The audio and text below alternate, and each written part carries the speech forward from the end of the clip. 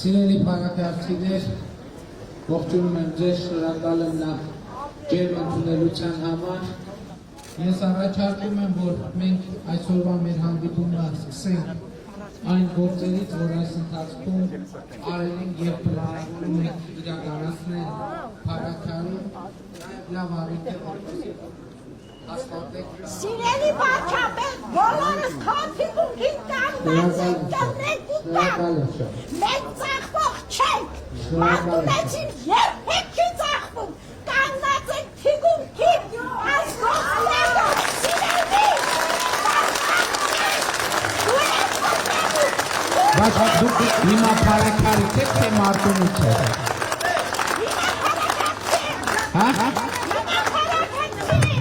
Ուրախ եմ շատ, ուրախ եմ։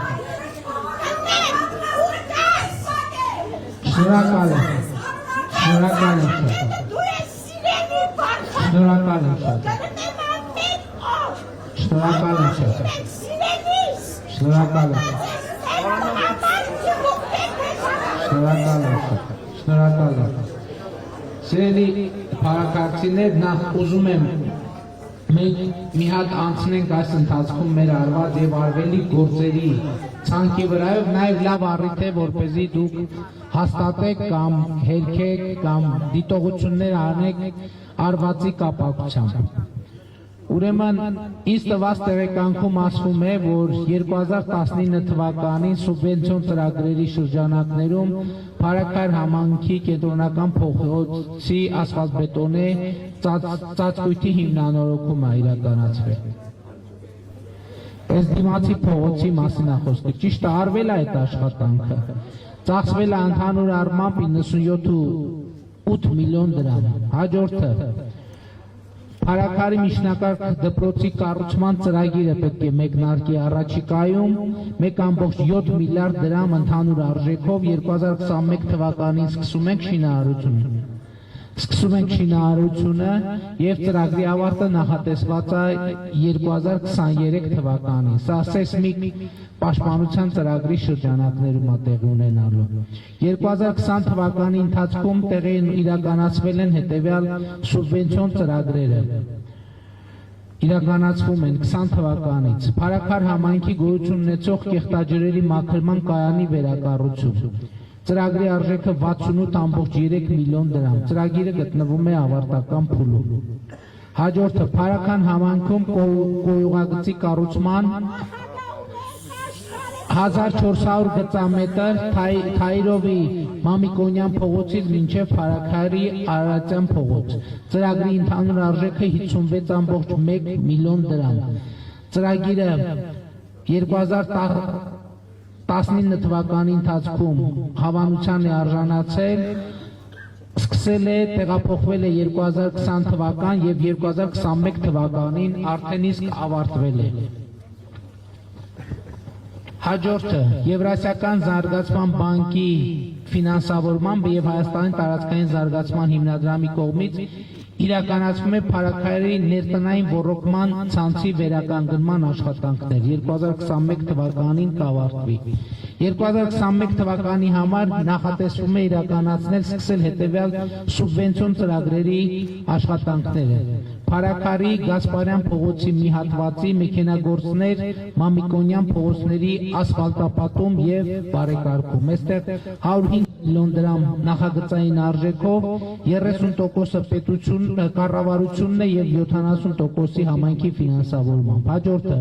Փարաքարի Վազգեն Սարգսյան թաղամասի կոյուղագծի կառուցում եւ Էրեբունի փողոցի կոյուղագծի նորոգում։ 60 միլիոն դրամ արժեքով 55%-ը ֆինանսավորում է կառավարությունը, 45%-ը ֆինանսավորում է համայնքը։ Հաջորդը Փարաքար համայնքի փողոցների արտաքին լուսավորության ցանցի ընդլայնում եւ արևային կայանի տեղադրում 85 միլիոն դրամանոց ծրագիր 50%-ը կառավարությունը կֆինանսավորի 50%-ը համայնքը եւ Փարաքար համայնքի գազամատակարարման համակարգի ընդլայնում 130 միլիոն դրամ նախնական արժեքով նախատեսում է որ 50%-ը պետությունը պետք է ֆինանսավորի եւ կառավարությունը պետք է ֆինանսավորի 50%-ը համայնքն է ֆինանսավորելու։ Սիրելի փարաքարցիներ, այս կարևոր է որպեսզի մենք մեր խոսակցությունը սկսենք արդեն իսկ ընթացիկ ծրագրերի մասին խոսակցությամբ։ Ես խնդրում եմ, շնորհակալ եմ շատ, խնդրում եմ։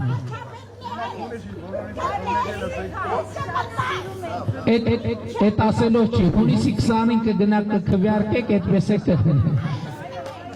Հունիսի 20-ին այդ ամեն ինչը կորոշվի։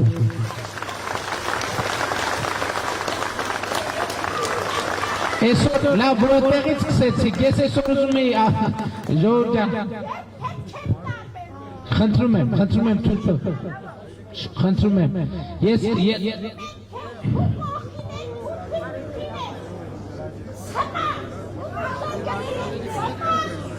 շնորհակալ եմ շատ, բայց խնդրում եմ թույլ տվեք, ես իմ ասելիքը ասեմ։ Տեսեք, սիրելի ժողովուրդ, այսպիսի, քանի որ այսպես սկսեց խոսակցությունը, ես պլանավորում էի մի քիչ ավելի շատ տնտեսական թեմաների մասին խոսալ, համայնքի եւ մարզի տնտեսական իրադրության վերաբերյալ խոսալ, բայց քանի որ այսպես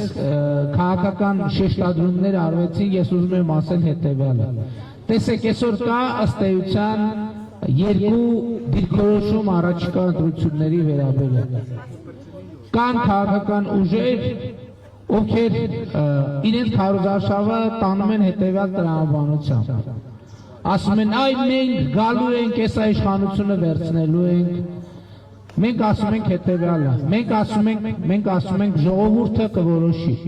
Եվ մենք ասում ենք ժողովուրդը ոնց որոշի, այդպես էլ իրականություն տեղի կունենա։ Ես ուզում եմ, որ դուք ֆիքսեք այս տարբերությունը,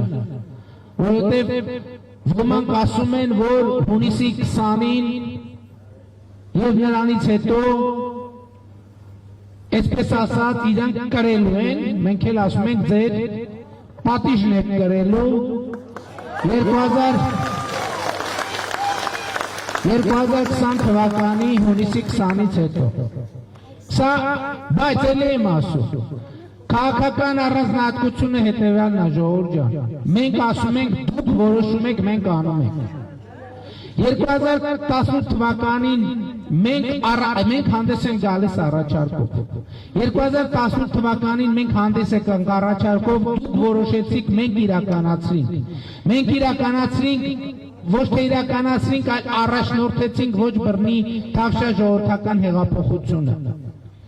2021 թվականի հունիսի 20-ին էլի դուք որոշելու եք, մենք ձեր որոշումը կատար ենք ածելու։ Եթե ձեր որոշումը պիտի լինի այն, որ մենք պիտի առաջնորդենք, շարունակենք առաջնորդել երկիրը, մենք այդպես էլ կանենք։ Եթե ձեր որոշումը կլինի, որ այդպես պիտի չլինի, մենք այդպես էլ կանենք։ Եվ այս ընտրություններին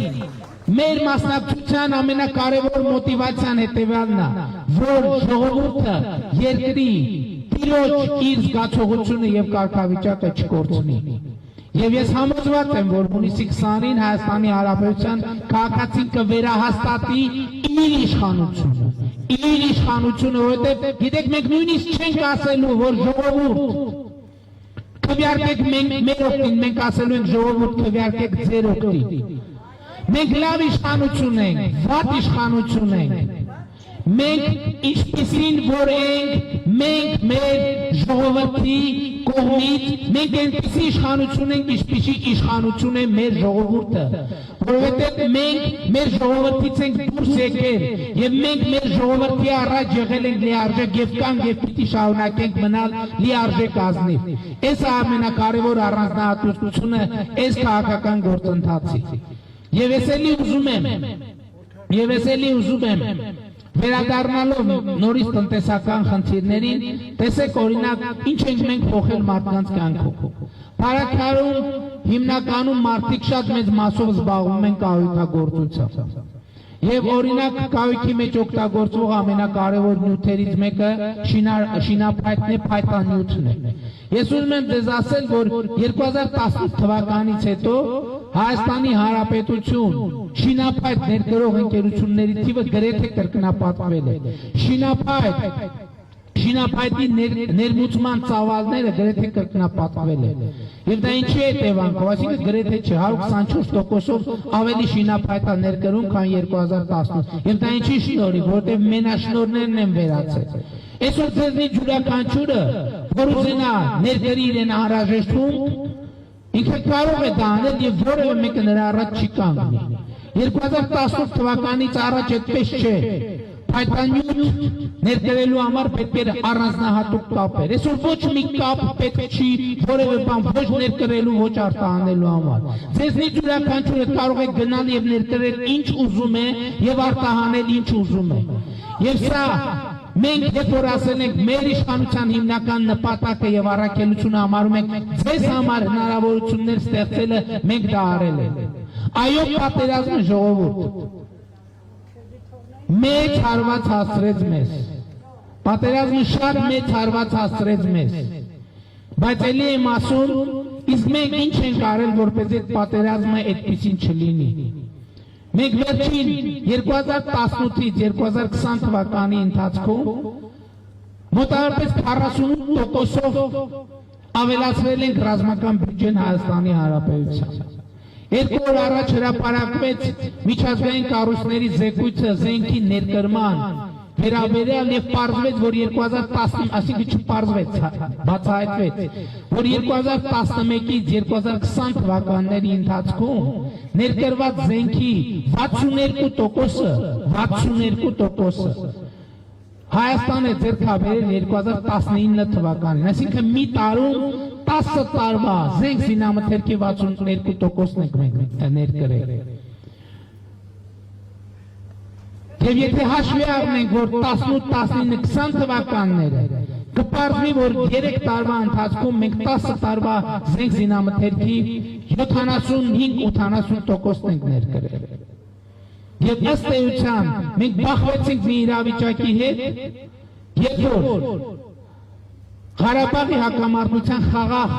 կարգավորման գնալու ոչ մի հնարավորություն չունեինք, որովհետև ըստ էության, ինչպես նախկինում ասվել է, ցանկացած բան, ցանկացած լուծում, որ ընդունելի է դառնում Հայաստանի Հանրապետության համար, անմիջապես անընդունելի է դառնում Ադրբեջանի համար։ Եվ մենք այո պետք է արձանագրենք, որ այս միջավայրում եւ այս վիճակում ենք գտնվում։ Բայց մեր մեծագույն խնդիրը պետք է լինի Հայաստանի Հանրապետության համար խաղաղ զարգացման մի դարաշրջան բացելը, որպեսզի հայ ժողովուրդը կարողանա ազատ ապրել եւ ստեղծագործել իր հայրենիքում։ Բայց խաղաղություն ասելով պետք է հասկանալ ոչ միայն արտաքին խաղաղություն, այլև ներքին խաղաղություն։ Եվ մենք այսօր պետք է արձանագրենք, որ այո 2021 թվականի հունիսի 20-ի ընտրությունները հենց դրա համար են, ներքին խաղաղությունը այդ թվում վերականգնելու համար։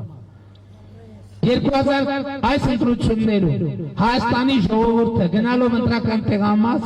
եւ երրորդ քվեաթերթիկը վերցնելով առաջին հերթին քվեարկում է ինքը իր օգտին։ Ինքը քվեարկում է, որ ինքը համաձայն է, որ Հայաստանի Հանրապետությունում չլինի գող եւ քալանչի իշխանություն, չլինի Հայաստանի դեմ դավադրություններ պատրաստող իշխանություն։ Այսօր մեզ 2020 թվականի նոյեմբերից հետո մեզ ինչ դավադրությունների մասին մեջ ասես չեն մեղադրել, ինչ դավադրությունների մեջ։ Իբր մենք մեղրի հանձնող ենք, փաստերը բացահայտվեցին, ով է մեղրի հանձնողը։ Իբր մենք բանակցային պրոցեսը տարել ենք, փակուղի ենք մտցրել։ Փաստերը, հենց հրապարակային փաստերը հիմնավորեցին, թե ով է բանակցային պրոցեսը փակուղի մտցրել։ Եվ հիմա կարող է հարց առաջանալ, բայց իրավիճակում ինչպես պետք է մենք առաջ գնանք։ Մենք պետք է առաջ գնանք քայլ շատ զգուշ, արձանագրելով, որ մենք շարժվում ենք ականապատված մի ճանապարհի մի դաշտի միջոցով։ Դաշտի միջով, որովհետև այո, վերջին 20 տարիներին Հայաստանի միջավայրը բանակցային գործընթացում ականապատվել է, փուլ, կտոր նահանջներով։ Եվ մենք այդ դաշտով իրար հետ պետք է շատ զգուշ քայլենք նպատակ ունենալով Հայաստանին խաղաղ զարգացման դարաշրջանի հասցնելը։ Դա պետք է լինի մեր անելիքը։ Եվ այսօր մեր ամենամեծ խնդիրը Հայաստանի Հանրապետությունում առաջին հերթին քաղաքացիական պատերազմը կանխելն է։ Որովհետև ակնհայտ է 2020 թվականի նոյեմբերի 9-ից շատ կոնկրետ ուժեր Հայաստանի Հանրապետությունում ուզում են քաղաքացիական պատերազմ հրահրել։ Եվ երբ որ մեր կառավարությանը ասում են, թե մենք կառավարման հմտություններ չունենք, նոյեմբերից մինչև այսօր ամենամեծ ապացույցն է հմտության, երբ որ մարդիկ ուզում են Հայաստանում քաղաքացիական պատերազմ հրահրել, ընդ որում ունենալով ամենատարբեր տեղերից աջակցություն եւ նրան չի աջողվում։ Նրանց պետք է չաջողվի դա եւ դրա համար կա շատ կարեւոր մի բան։ Քաղաքացիական պատերազմ մենք պետք է գնանք եւ հունիսի 20-ին առնվազն 60%-ով թվենք ակնկալում, որպեսզի մենք ձեր տված ուժեղ եւ փոխպատե մանդատով արմատախիլ անենք Հայաստանի քաղաքական դաշտից այն ուժերին, ովքեր ուզում են քաղաքացիական պատերազմ հրահրեն Հայաստանի Հանրապետությունում։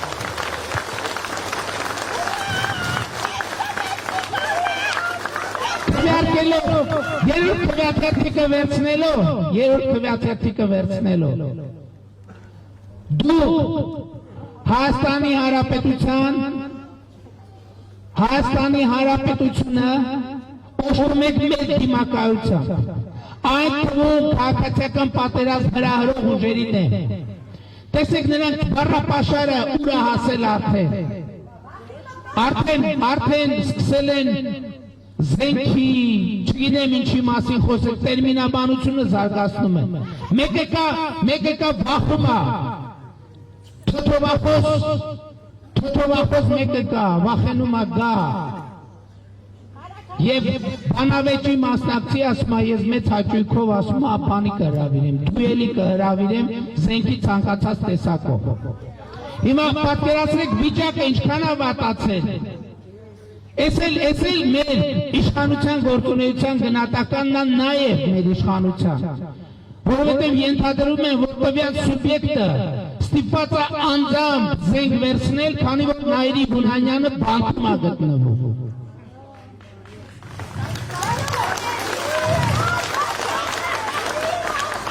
Մյուսն էլ ասում է, եթե ես լինեի գերագույն հրամանատար, ասում է, ես ինքս ինձ կգնդակահարեի։ Izbor verki tasıp tarva, zenk zinametli 75%, Հայաստանի Հանրապետության, ձեռքա բերվենք քեզնից հետո, բանջի չես քեզ գնդակահարում դրա համար։ Izbor Monte Carlo-ների կազինոներում, զինվորից գողացած միլիոններ կրվեիր, քեզ կգնդակահարեիր, թե չէ գլուխդ պատերին կտայր, թե չէ։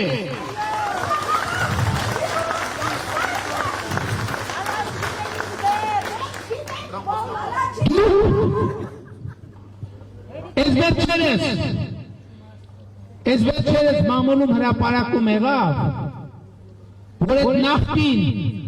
ղեկավարներից մեկի որդին այդ մարդու նախագահությանից հետո 18 միլիոն դոլար կանխիկ փող է մուտքագրել սեփական հաշիվների, 18 միլիոն դոլար։ Դե արի միասի այդ ոչ է, 18,000 դրամ տեսած էիք ձեր կյանքում։ Հիմա եք գալիս եք 200,000 դոլարանոց սաֆարիներ եք վայելում, չգիտեք ինչեր եք վայելում։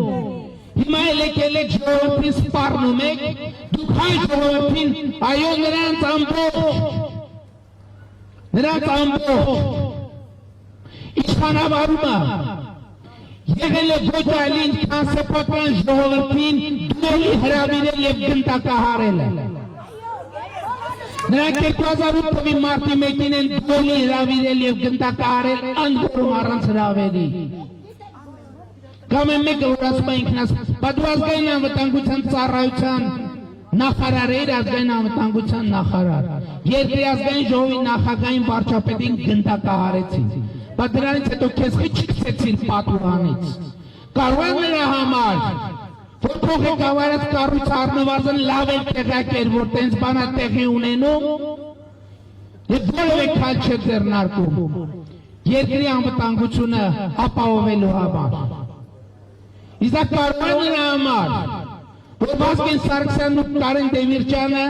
դեմ էին կանգնել Մեղրին Ադրբեջանին հանձնելու ծրագրին։ Հենց Վազգեն Սարգսյանը ինքը վկայել է, այսօր որ ասում են ինչքանով է հիմնավոր։ Ես նախորդ օրը մեծ բերեցի,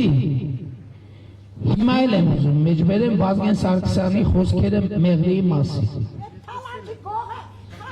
Ինչ ասել, Վազգեն Սարգսյանը 1999 թվականին գնացել է Մեղրի եւ Մեղրիում արել է հետեւյալ հայտարարությունը. աշխարհագրական տարածք չէ Մեղրին, հայրենիքի մի բուրջ է, եւ երբ դու Մեղրին տալիս ես օտարին, Վազգեն Սարգսյանն ասում է, եւ երբ դու Մեղրին տալիս ես օտարին, քո տանդուրը պատում ես քեզ վրա, այդ ով էր ուզում Մեղրին տալ օտարին։ Ով էր ուզում Մեղրին տալ օտարին։ Եվ այս իրողությունները այսօր ուզում են փորձում են շուռ տալ գլխի վար շրջել։ Սիրելի ժողովուրդ, այսօր մենք շատ բարդ ընտրության առաջ ենք կանգնած, ծանր ընտրության առաջ ենք կանգնած։ Մենք պիտի պաշտպանենք կամ չպաշտպանենք մեր քաղաքացիությունը։ Մենք պիտի պաշտպանենք կամ չպաշտպանենք մեր ինքնիշխանությունը։ Մենք պիտի պաշտպանենք կամ չպաշտպանենք մեր պետականությունը։ Եվ ամեն ինչ սկսում է քաղաքացիությունից, եւ ես ձեզ կոչ եմ անում հունիսի 20-ին գնալ ընտրական տեղամասեր եւ քվեարկել Հայաստանի Հանրապետության քաղաքացիության օգտին, ինքնիշխանության օգտին, անվտանգության օգտին եւ ապագայի օգտին։ Ես եկել եմ ձեզ ասելու, որ Հայաստանի Հանրապետությունում ապագա կա, Հայաստանի Հանրապետությունում կա ապագա, բայց այդ ապագան օգնիկ չի ընկնելու, այդ ապագան քաղաքացիական գործունեության արդյունք եւ հետևանք պետք է լինի։ Եվ քաղաքացիական պահվածքը հետևյալն է, մեր կառավարությունը ինչ ասում, մենք բոլորին տալիս ենք օրինական դաշտում հավասար միջավայրում աշխատելու հնարավորություն, բայց էլի մի բան եմ ուզում ասել, իմացեք, որ պետությունը եւ պետականությունը սկսում է հարկեր վճարելու քաղաքացու պատրաստակամությունից։ Մենք պարտավոր ենք այո աշխատել, շնացնել մեր հայրենիքի ամեն քառակուսի մետրը։ Եվ պարտավոր ենք մեր երկրում աշխատել, հարստանալ եւ հարստացնել պետությունը հարկերի տեսքով, որովհետեւ անվտանգություն նշանակում է բյուջետային ծախս։ Առաջին հերթին բյուջետային ծախս, որովհետեւ դուք գիտեք ամենամեծ հայտարարությունը, որ երրորդ հանրապետության պատմության մեջ եղել է եւ շարունակում է մնալ։ Դուք հասկանում եք պատերազմի մեջ գտնվող պետության բանակը եղել է բարեգործությունների առարկա։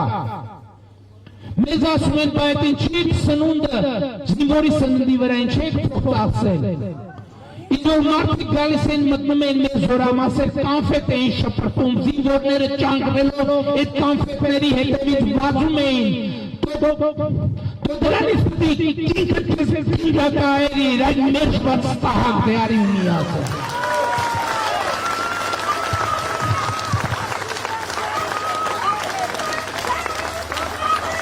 Բանակը բարեք, ով ասես, բանակին նվիրում եմ մի ուազ։ $10,000 ուազ են տալի, $50,000 ռեկլամ անում իրանցից։ Բանակը բարեգործության առարկա։ Այդ բարեգործության օբյեկտ բանակն է, որ ամենամեծ ձախողումն է եղել մեր հանրապետության։ Որովհետև բանակի արժանապատվությունը վիրավորող ավելի մեծ, ուրեմն երկրի պետությունը, տնտեսությունը բյուջեն փոխում ունի բանակի ծախսերով, հա։ Բանակը բարեգործում, ինչ բանակը բանակ։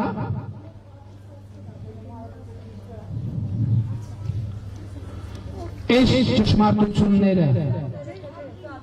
մենք պետք է արձանագրենք եւ գնանք առաջ։ Եվ այդ ձեզ ուզում եմ ասել հետեւյալը, որ մենք իմիջիայլոց երբեք իշխանությունից կարճած չենք եղել եւ չենք։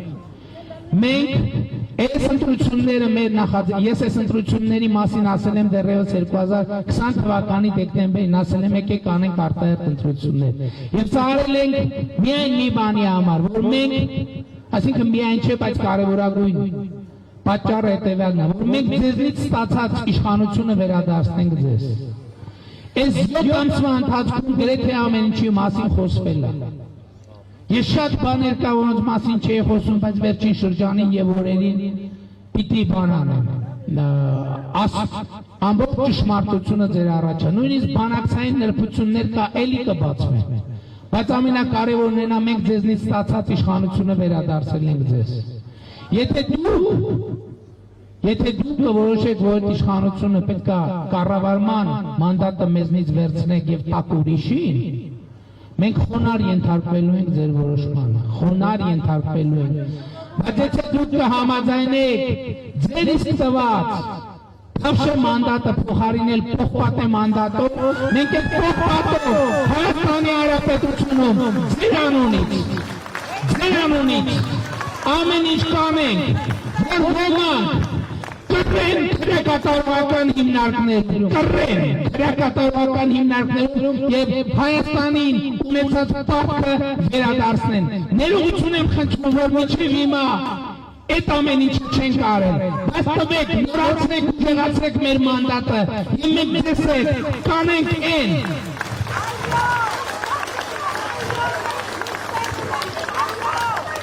Սիրում եմ բոլորին, հպարտանում եմ բոլորով եւ խոնարհվում եմ բոլորիդ առաջ։ Լավ եղեք ժողովուրդ։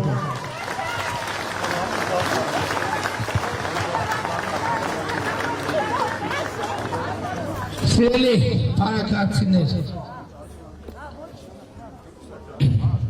եւ Փարաքար համայնքը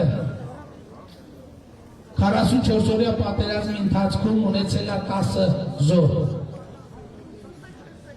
Արմեն Կարապետյան, Էդիկ Կարապետյան, հայր եւ որդի,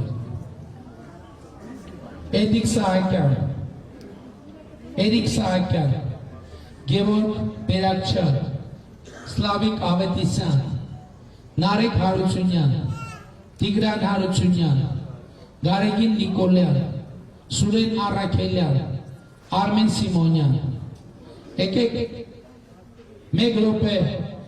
լրությամբ հարգենք զոհերի հիշատակը, ի նշան եմ բանի, որ մենք պարտավորվում ենք հանուն նրա ստեղծել կերտել ունենալ ազատ եւ երջանիկ ու հզոր հայրենիք։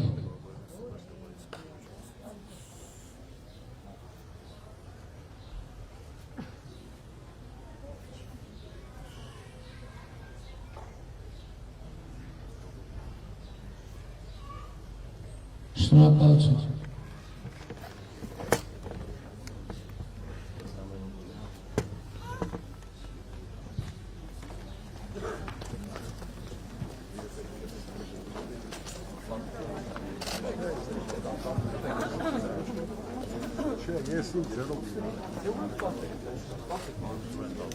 Սուրեն Բաբայանի անունը իմացաբարձություն ներողություն Սուրեն Բաբայանը նույնպես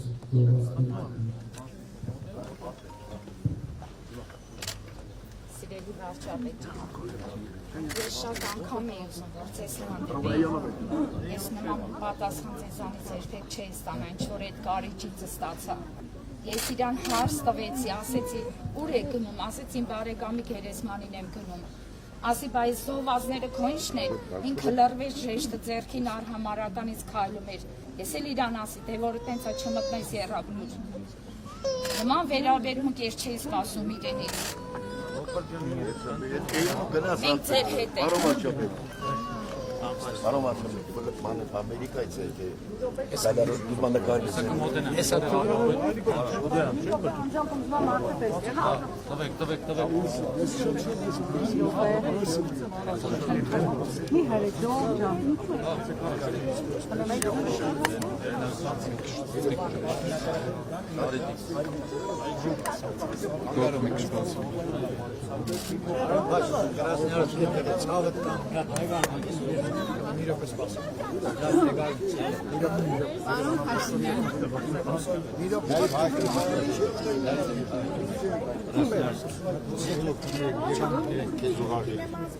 Ներողություն ճանապարհով երեխան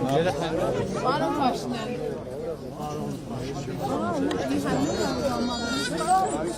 Մի հատ մենք էլ երինի տարվենք, չեմ մի հատ ես չեմ նկարվում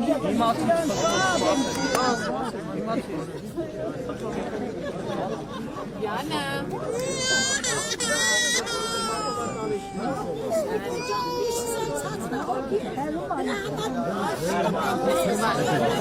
Ան բացվեք, Շորջան բացվեք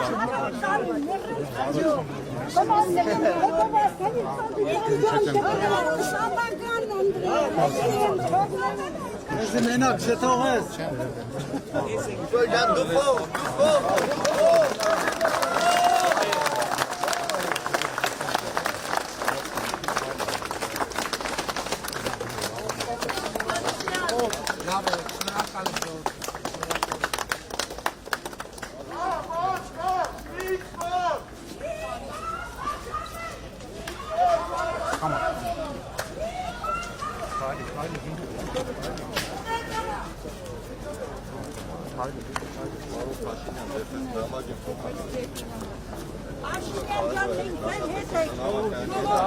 սպասեք մի բան Եվ մի պտի ախտահանեն մեր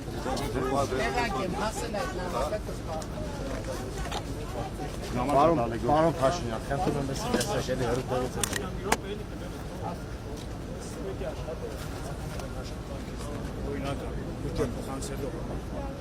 Սուրեն լրիվ տեղյակ, իրանք լրիվ տեղյակ